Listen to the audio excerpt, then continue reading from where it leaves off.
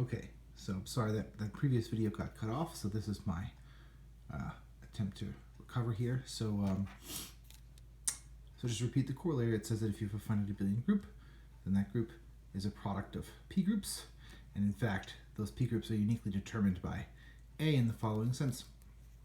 If you look at the size of A, it can be decomposed. It's a natural number, so it can be decomposed into a product of primes to some power.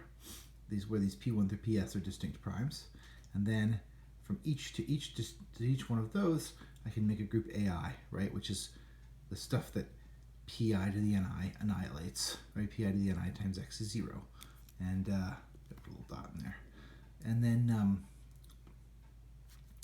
then by the previous theorem, A is a product of these groups, right? And these groups, of course, have prime power order. So the corollary to the corollary then is that if A is any finite abelian group, it can be written as a product of cyclic groups of prime power order. So A, any finite abelian group,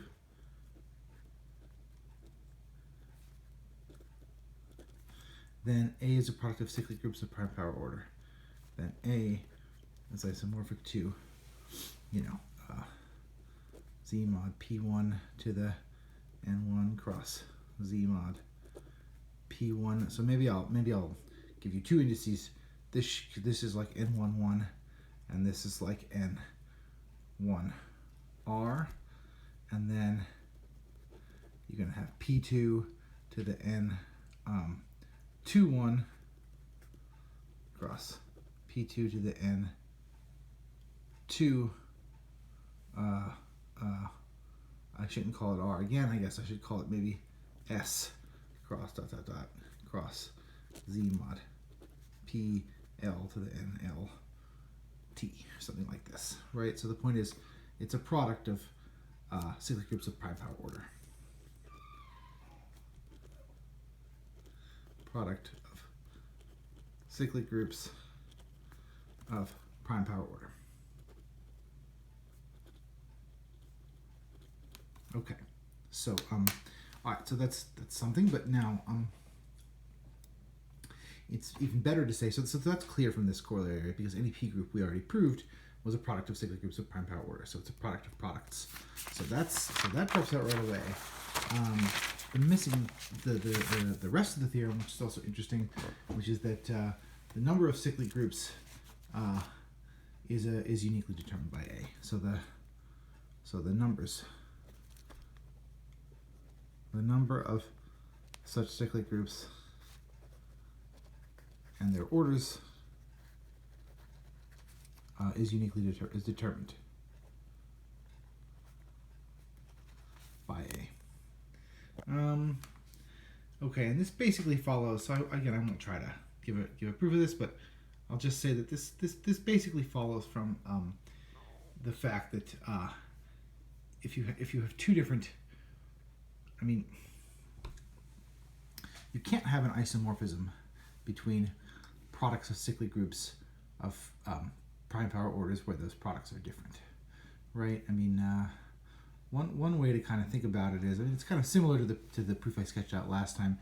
If you have two different products and they have different numbers of factors, one thing that comes up is that you have different numbers of elements that look like 1, 0, 0, 0, 0, 1, 0, 0, 0, etc. And that's kind of you can kind of show that that's a problem.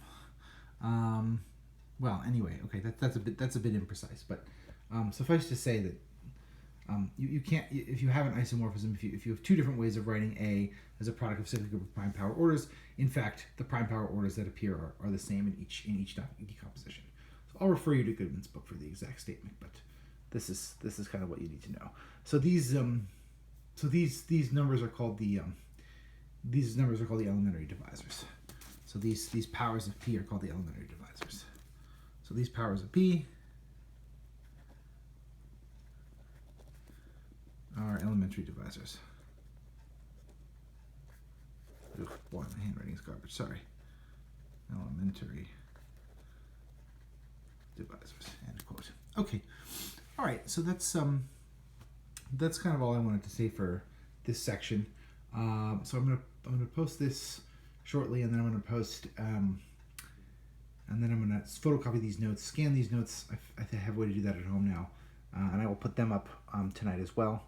And so, yeah, so that really completes as much of the review as I want to do.